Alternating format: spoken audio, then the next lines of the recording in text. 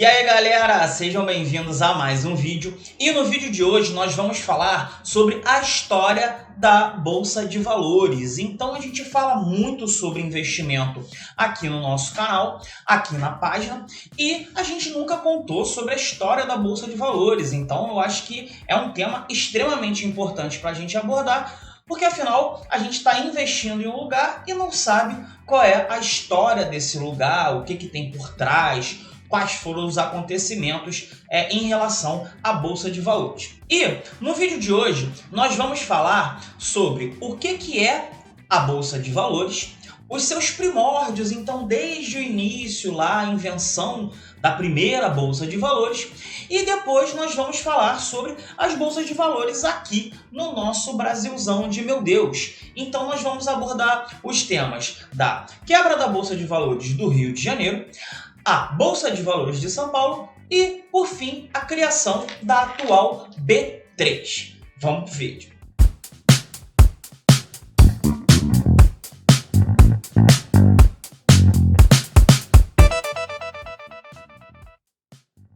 A Bolsa de Valores ela é o nome dado à instituição, ao local onde são negociados os diversos ativos financeiros. São eles ações, fundos imobiliários, commodities, moedas e contratos futuros, dentre alguns outros tipos de produtos de investimento. E falando agora basicamente do nosso tema, então lá nos primórdios da Bolsa de Valores, alguns historiadores eles datam o início das bolsas de valores na Roma antiga, então vocês podem ver que é uma coisa de muito tempo atrás. Outros historiadores eles falam que o início da Bolsa de Valores, na verdade, começou na Grécia Antiga. Mas ainda assim, a gente já consegue ver que essa história de Bolsa de Valores, de um local para negociação de ativos, já é algo que é bastante antigo. E nessas bolsas de valores eram os lugares onde os comerciantes eles se reuniam para poder fazer as diversas negociações sobre diversos produtos, sobre diversas coisas, empreitadas, por exemplo, empreitadas marítimas e tudo mais. Então é coisa de muito tempo. Então, apesar de muitas pessoas aqui no Brasil estarem descobrindo Bolsa de Valores agora, ela já é uma realidade no mundo já há muito tempo. Obviamente que a Bolsa de Valores lá naquela época, ela não atuava da mesma forma que as bolsas de valores atuam nos dias de hoje, até porque o comércio ele foi evoluindo, as empresas foram evoluindo e a tecnologia também foi evoluindo ao longo do tempo. As primeiras bolsas com as características atuais, então da forma que a gente conhece Bolsa de Valores hoje, ela data lá do século XV e ela veio ali em conjunto com a expansão comercial. Então vocês estudaram isso na aula de História e quem não estudou sobre as expansões comerciais, é interessante após esse vídeo pesquisar um pouco sobre, para você entender melhor essa questão, porque foi daí que começou ali a Bolsa nos moldes que a gente conhece, com as negociações de ativos e tudo mais, da forma que a gente vê no dia de hoje. Ela surgiu lá em Bruges, na Bélgica, eu nem sei se é assim que fala, mas eu acho que é. Bruges, lá na Bélgica, onde os comerciantes eles basicamente se reuniam na casa de um senhor que se chamava Van der Beurs, que tinha lá naquela sede, né? Então lá nesse local, na casa desse Van der Beurs, tinha um brasão que tinha desenhado nele 3 bolsas.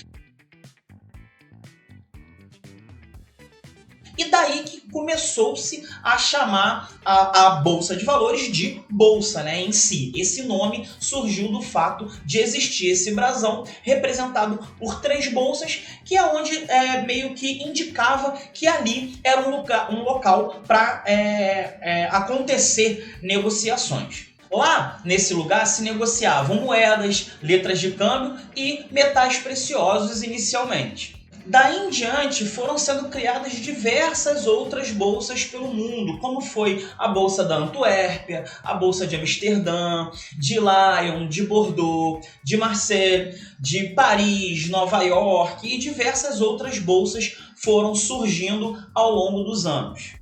Naquela época, as negociações elas eram feitas pessoa para pessoa, né? Então era uma negociação direta, como é feito, por exemplo, a venda numa feira. Então, só lá por idos do século XX que esses pregões viva voz, né, que é o nome dado, eles foram acabando e passou-se a utilizar os pregões eletrônicos, que são os tipos de pregões que nós utilizamos hoje. Agora, a gente vai vir aqui para o nosso país e vamos falar um pouquinho da Bolsa Brasileira. Mas antes disso, não deixa de curtir esse vídeo, comenta aí embaixo, hashtag História da Bolsa, compartilha esse vídeo com algum amigo seu que também começou a investir na Bolsa e que você quer passar essa informação para ele.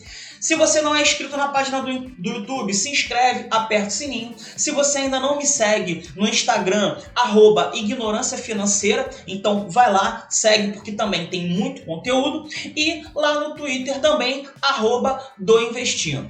Beleza, galera? Então, vamos lá. Então, a Bolsa Brasileira, ela teve início lá no fim do período colonial. Então, a nossa bolsa, ela também é uma bolsa que é bastante antiga. Naquela época, cada estado brasileiro possuía a sua própria bolsa de valores, sendo que as mais importantes eram a Bolsa do Rio de Janeiro e a Bolsa de São Paulo, que é onde concentravam-se as maiores negociações. Até 1966, as bolsas elas eram controladas pelo governo, então pelos diversos governos dos diversos estados. Só daí em diante, a partir de 1966, que elas passaram a ser entidades autônomas, como a gente conhece hoje as bolsas de valores pelo mundo. Um fato que marcou muito a história da Bolsa aqui no Brasil foi a quebra da Bolsa do Rio de Janeiro. E eu vou contar para vocês como é que isso tudo se desenrolou. O culpado pela Bolsa do Rio de Janeiro ter quebrado é um cara chamado Nagy Narras.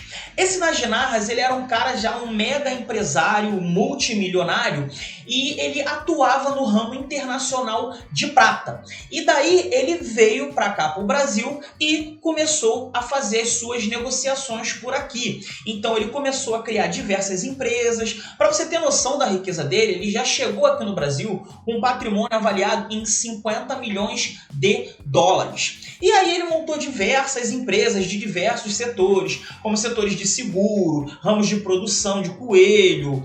Sim, produção de coelho, eu também fiquei impressionado com isso daí, nem sabia que existia esse ramo na economia. E ele também tinha como empresas bancos e tudo mais. Então ele veio como conhecido como alguém que atuava no mercado de prata, e chegando aqui no Brasil ele abriu diversas empresas em diversos setores diferentes. E como é que ele conseguiu essa façanha de quebrar a Bolsa de Valores do Rio de Janeiro?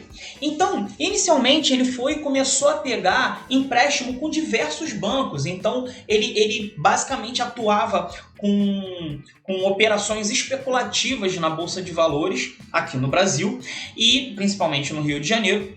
E aí ele pegava empréstimos, né, no nome de laranjas, então aquelas pessoas ali que vão fazer o trabalho sujo, e ele adquiria diversos empréstimos através dessas pessoas, pegava esse dinheiro e utilizava para poder fazer essas operações. Então ele ia comprando os ativos, e conforme ele ia comprando um volume muito grande, e como a Bolsa do Rio de Janeiro ela era uma bolsa que, apesar de ser uma das mais importantes, ainda assim ela era pequena, alguns poucos milhões de reais eram milhões de dinheiros da época, né? Eram suficientes para poder movimentar os preços das ações. E aí o Nagy Narras, ele se aproveitava disso, e como ele tinha várias empresas e já tinha um patrimônio grande e ainda conseguia empréstimo através de laranjas, ele conseguia captar milhões em dinheiro para poder fazer essas operações. E basicamente ele ficava